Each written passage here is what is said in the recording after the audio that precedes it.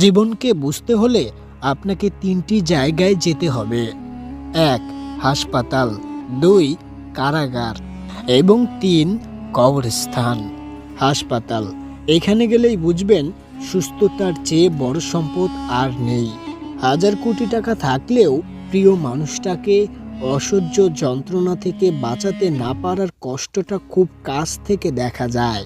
তখন মনে হয় সুস্থ শ্বাস নিতে পারাটাই জীবনের সবচেয়ে বড় পাওয়া। কারাগার, এখানে বন্দি মানুষগুলোর দিকে তাকালে বুঝবেন স্বাধীনভাবে আকাশে উড়তে পারা, নিজের ইচ্ছে মতো 1 কাপ চা খেতে পারা, এইসব ছোট ছোট স্বাধীনতাই আসলে জীবনের মানে।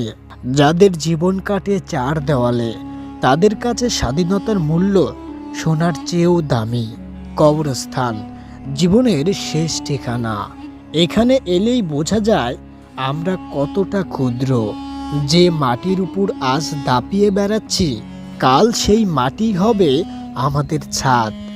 এত মোহ, এত সম্পদ, এত অহংকার, সবই এখানে এসে থেমে যায়। সাথে যায় শুধু ভালো কাজ আর স্রষ্টার প্রতি ভালোবাসা। আমরা কেন ছুটছি একবার নিজেকে প্রশ্ন করুন তো। এই যে অমুকের চেয়ে বড় হতেই হবে, তমুকের মতো বড় বড় গাড়ি বাড়ি চাই, এই অসুস্থ প্রতিযোগিতা কি আমাদের শান্তি দিচ্ছে নাকি কেড়ে নিচ্ছে? অন্যদের দেখা দেখি নিজের সামর্থ্যের বাইরে গিয়ে কিছু করার অসুস্থ নেশা কেন? অবৈধ পথে হেঁটে হলেও সম্পদ বাড়ানোর এই দৌড়ে কি আদৌ কোনো সুখ আছে? পরিবারকে সময় না দিয়ে স্রষ্টাকে ভুলে গিয়ে আমরা কিসের পিছনে ছুটছি? আসুন এবারে থামি। জীবনটা প্রতিযোগিতার মাঠ নয়, জীবন হলো উপভোগের। কম আয় করুন কিন্তু সৎ পথে থাকুন। দিন শেষে পরিবারের সাথে বসে ডাল ভাত খান, হাসি মুখে গল্প করুন। এই অনাবিল শান্তির খোঁজ কি লাখ টাকার বিনিময়ে মিলবে? আপনার যা আছে তা নিয়েই সন্তুষ্ট থাকুন।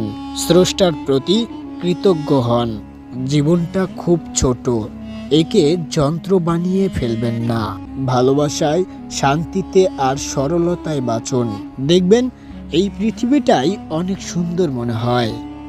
ভিডিওটি ভালো লাগলে লাইক করুন, কমেন্ট করুন। এই চ্যানেলে নতুন হয়ে থাকলে আমার অন্য ভিডিওগুলো দেখুন। ভালো লাগলে সাবস্ক্রাইব করুন। ধন্যবাদ।